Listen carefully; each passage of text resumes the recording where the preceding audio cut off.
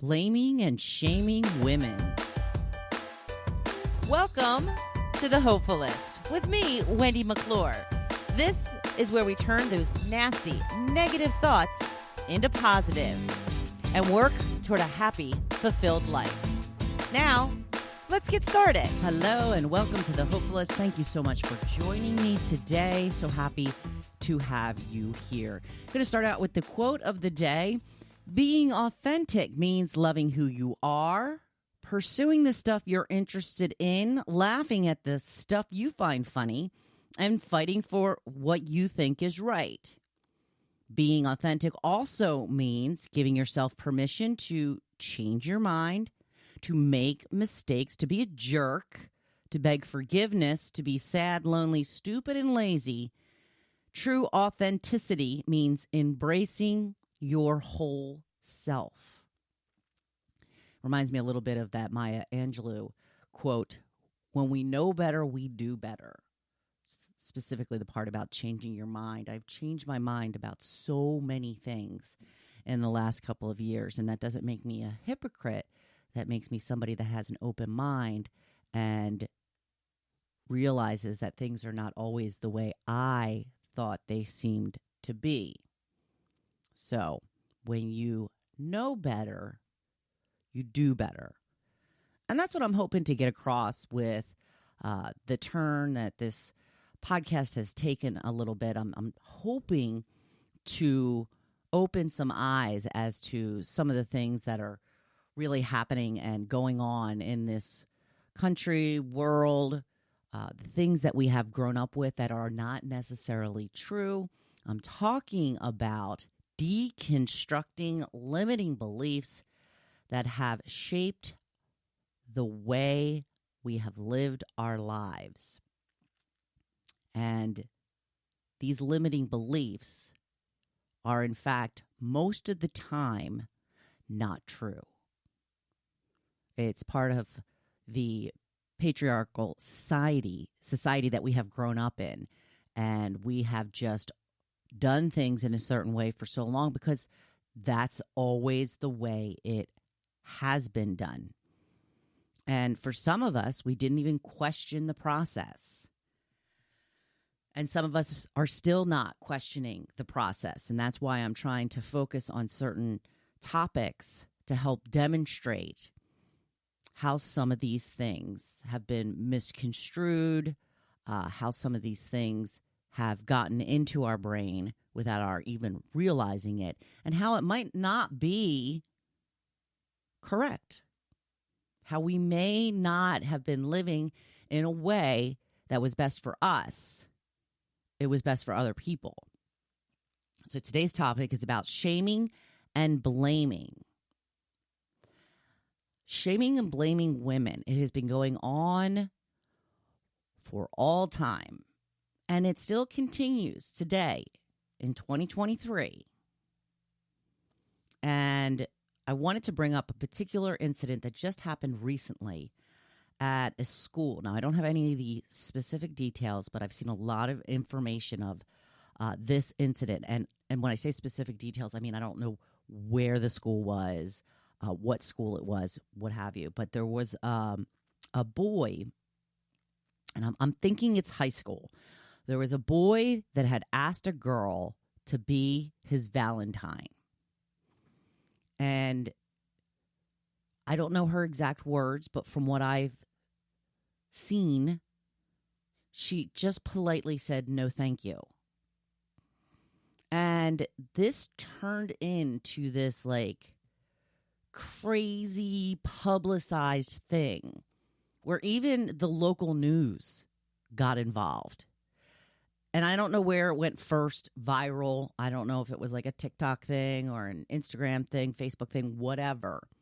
But I think that the boy's mother had posted something somewhere about her son being crushed because this girl said no to being his Valentine. So what in essence ended up happening was that the school rallied around this boy. And when he got to school the one day after it had all come out, There were a bunch of girls with signs saying, I'll be your Valentine. There was a lot of the phrase, you can do better, thrown around. And like I said, even the nightly news, the local news came and covered this story. So let's think about the message that this is sending. Let's think about the girl in this situation who merely said, no, I'm sorry, I don't want to be your Valentine. Which is the same exact thing as a guy asking a girl out on a date and her saying, no, I'm sorry, I'm not interested. They have shamed this girl for merely saying no to something she didn't want to be a part of. And now she's being bashed by people saying, you can do better than her. What this girl did was 100% okay. And the fact that they are rallying around this boy, coddling this boy, because someone had the audacity to say no to him. What is that message sending? To me, that message is sending that we're not allowed to say no. And here we are, just a mere 2-3 years after the #MeToo movement, here we are again shaming women for saying no. She said no. Do you think that this hubbub would have been happening if it were reversed? Do you think if she were the one to ask him, will you be my Valentine? And he said no, that the news would have gotten involved? Do you think that there would be boys all over the school with signs saying, I'll be your Valentine? No, of course not. So what is this message sending? Not only does this girl now feel like she was wrong for saying no, but now she's been put into this bad guy persona for saying no to begin with, for doing what she felt was right for her from the beginning. And I really feel for this girl because she did what is absolutely her right to do, to say no. And now she's made out to be this, brutal, heartless woman, when all she did was say she didn't want to be his Valentine. Does it suck? Yeah. Does it hurt to be rejected? Yeah. We've all been there. We'll all be rejected at some point. If it's not love, it's a job, or there are a million ways to be rejected.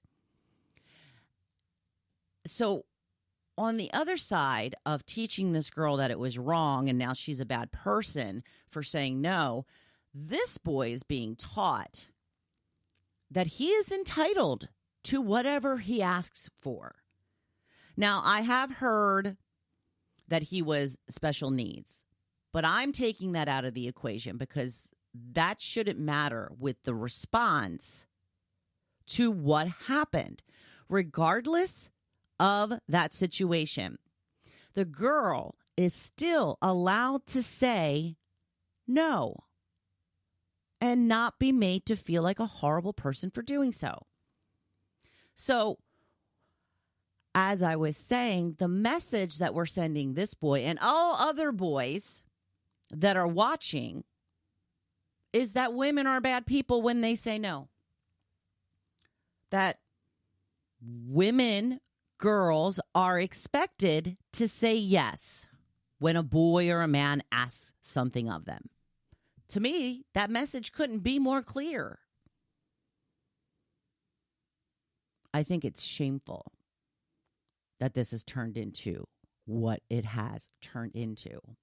A woman has the right to say no to anything at any time that she does not want to be a part of. And to shame her for that and to blame her for making that boy feel bad is ridiculous and irresponsible. And it's not just the boys who are doing it. It's the girls, too. And that's what I have such a hard time wrapping my head around, is women are just as responsible for shaming and blaming as men are. Let's take a look at domestic violence victims. What is the first thing that we all say, men and women included, when a woman is stuck in a domestic violence situation and it gets to the point where she gets really hurt? What's the first thing that we say? Why didn't she leave him? I've said it. I hear it all the time. Why didn't she leave him? There may be a myriad of reasons why she hasn't left him. But we're putting the blame on the victim. We're talking about why the woman didn't extricate herself from a situation that is illegal. Why are we not focusing on the person who's being violent? We're focusing on the person who is the victim and saying she should have done something. Seriously, think about that for a second. We are not talking about the person who is violent at all. We are putting the burden of a violent situation on the woman that it's happened to and saying, why didn't she leave? Again, the person who is doing the violence isn't even mentioned. It's victim blaming. And there are a myriad of reasons why women don't leave these situations. First and foremost, financially. And when women find themselves in a situation where they're with a partner who is violent toward them, this is something that does not usually happen overnight. What they do is they groom these people to manipulate them and to isolate them from their friends, from their family, and they beat them down. They are constantly belittling them. They are constantly telling them that they are not worthy of anything or anyone. And they just get at them over and over again and make it so that their self-esteem is so low that they don't think there is a way out. I wish that every woman had the strength and the confidence and the self-esteem to get themselves out of a dangerous situation immediately. But unfortunately, that is just not the case. Has anybody ever said to you, do you think there is anybody else that would put up with your shit? I've had a number of boyfriends make that statement to me.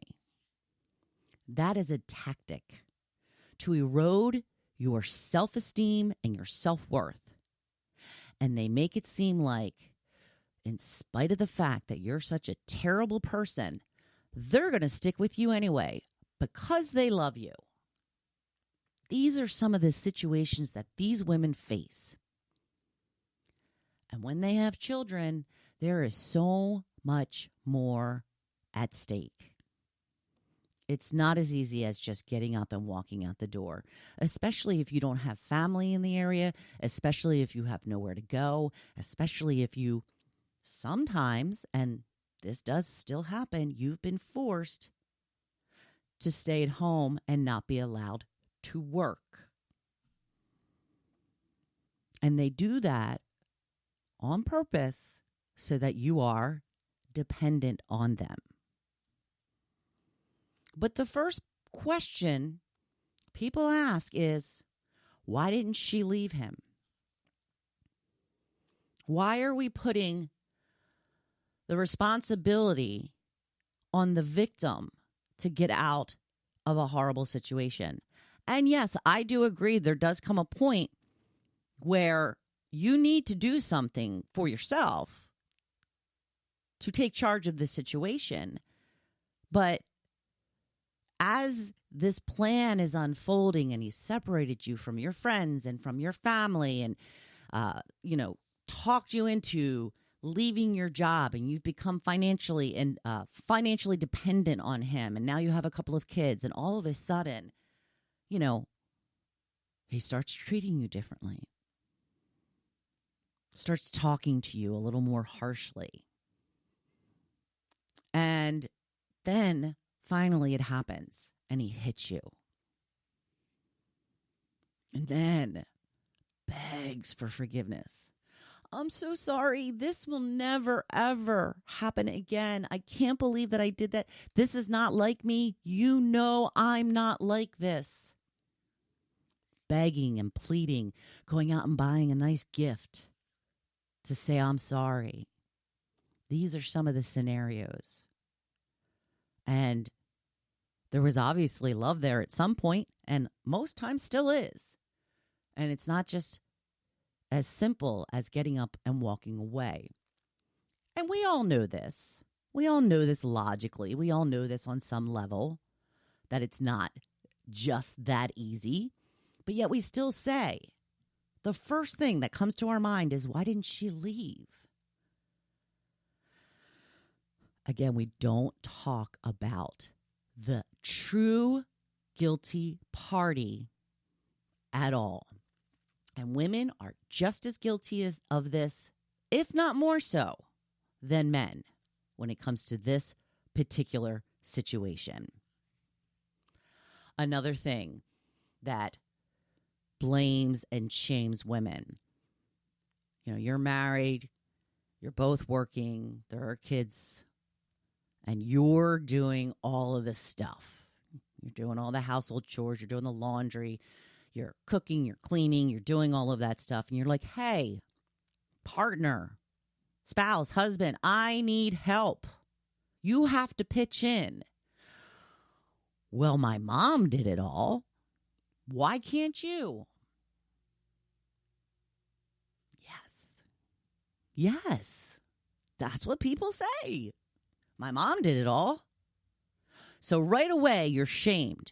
Well, I guess I'm not as good as his mom, because his mom did all of that. She worked. She was also exhausted and miserable. Shaming and blaming women constantly. It's a pattern that we've all fallen into. And we have these much higher standards for women than we do for men. And if women can't keep up and, exceed these standards or even stay with these standards, they're shamed, because women are supposed to have it all together. Women are supposed to do it all and be happy to do it. That's what we've always been taught. That's what we've always known. That's what we've seen on TV. A limiting belief is what that is. No, you are not expected to do it all. And no, you certainly don't have to be happy about it. And when somebody says something like, well, my mom used to do it all, that is an attempt to shame you into not bringing it up again. And this does work on some women. You don't know the dynamics of anybody else's relationship. I mean, personally, if somebody said that to me, I'd be like, well, I'm not your mother. If you wanted to marry your mother, you should have. But I'm a mouthy little thing. I've always been told I'm going to get myself in trouble with my mouth one of these days, and I see it coming. but I'm not afraid. No, I should be. But I'm going to have my say. And again, even if his mother did do it all, at what expense? Was she happy? Was she exhausted all the time? It doesn't even matter. What someone's mother did has no link to what you do. So what do we do? What do we do to try and change this shaming and blaming? Well, as women, we have to stop judging. That's the very first thing that we need to do. We need to stop judging and start becoming curious. Something I learned from Brendan Burchard. He is a personal growth guru of mine. Love him to death. And that's what he says. Judge less. Be more curious. Because when you're judging, you're just making assumptions. So instead of making these assumptions, maybe we can just ask questions instead. Maybe instead of saying, why didn't she leave him? We ask, I wonder why she couldn't leave him. What were the dynamics in that relationship that made her stay? Was it financial? Was it for the kids' sake? Did he beat her down so much that she had absolutely no self-worth at all? Did he convince her that hateful love is better than no love? Because again, that goes back to if a woman can't keep a man, that's judgment as well. When the girl said, no, I don't want to be your Valentine, instead of getting outraged, just say, I wonder why. I wonder why she didn't want to be his Valentine. And really, it's none of our business. It's like saying no to a date. And we are totally allowed to say no. Not according to what happened afterwards with that certain situation, but here we are. This obviously took place around Valentine's Day, so in February of 2023, we are still shaming women for saying no. So maybe ask ourselves why this is still so prevalent in 2023. And like I said earlier, the fact that this comes a mere couple of years after the Me Too movement is baffling. You know, that was one of the greatest things that could have ever happened for women. And our right to say no, our right to be in a place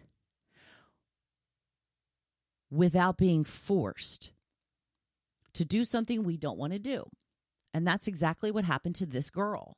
She was in school, so hence, like her job, and when she said no to someone, she was shamed. So, question why this story blew up the way that it did. Question why this is still happening. And so many women took part in shaming that girl. So many girls in that school took part. So many parents took part in shaming that girl for saying no. It's horrible. It is truly horrible. And the other thing that we need to do is to work on ourselves. You know, to go back to the stop judging and become more curious. When you find yourself reacting to a certain situation in a way that you don't even know sometimes why you're reacting that way, this is because of these deep-seated beliefs that we have had pounded into our head from the patriarchal society that we live in, that that's just the way these things are. And that may be why you are judging another woman for her actions harshly. Maybe sometimes a woman is doing something that you wish you could do, but you don't have the courage or the strength to do it. And you're lashing out in jealousy, but it doesn't come across to you like that. You just think that she's unlikable. You just think that she's too big for her own britches. You just think that she's being pompous and arrogant when she is, in fact, just standing up for herself and doing what is right for her. Speaking of which, I have to tell you, I saw an interview with Katherine Heigl. Now, if you don't know who Katherine Heigl is, she was on the show Grey's Anatomy. And she started on the show. She became a very big star very quickly. She started doing movies. There's all these rumors going around about how she wanted off the show and she wanted to focus on movies. And, you know, nobody really knows besides Katherine Heigl and her people what actually transpired. But I have to say, I judged Katherine Heigl harshly. I thought, oh, well, she's just so big on herself now. She's just too big to be on this little #1 rated show, Grey's Anatomy. She's off to bigger and better things. Yeah, those are some of the things that I said about her. And I was not a fan. I did not like her. I thought she was snooty. I thought that she was just pompous and arrogant. I thought she was all of that.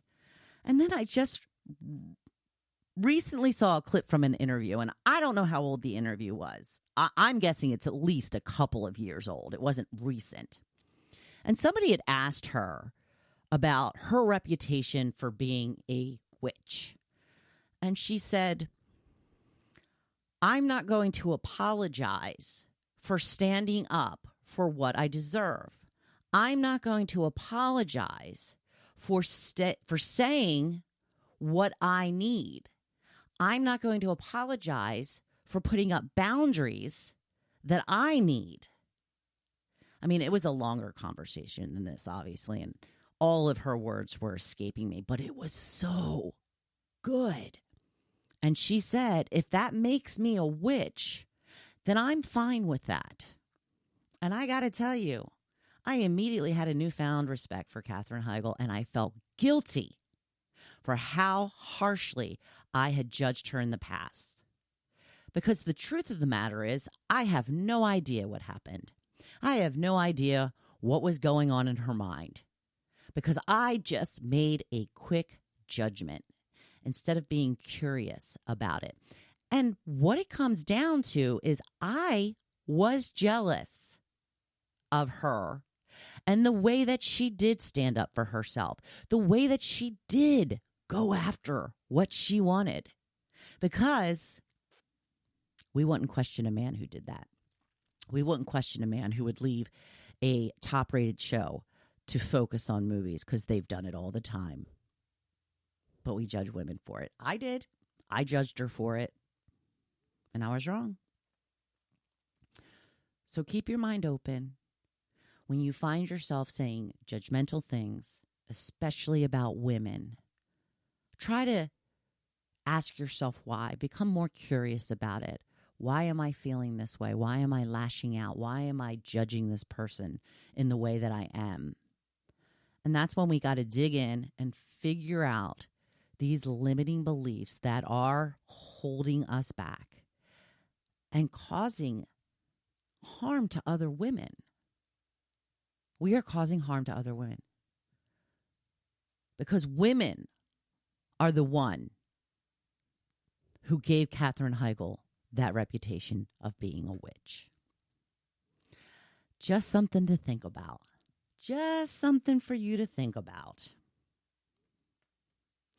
If you like today's episode, please share it with your friends.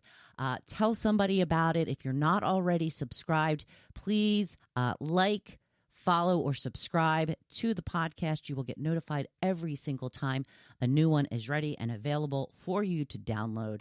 I really appreciate you being here. I see you, I hear you, I feel you. And I want you to go forth this week and have the most spectacular week. Let's focus on the positive. Go out there and be badass. You know I'm here cheering you on. Thank you for listening to The Hopefulist. Now, don't you feel good? Make sure you come back next week. See you then.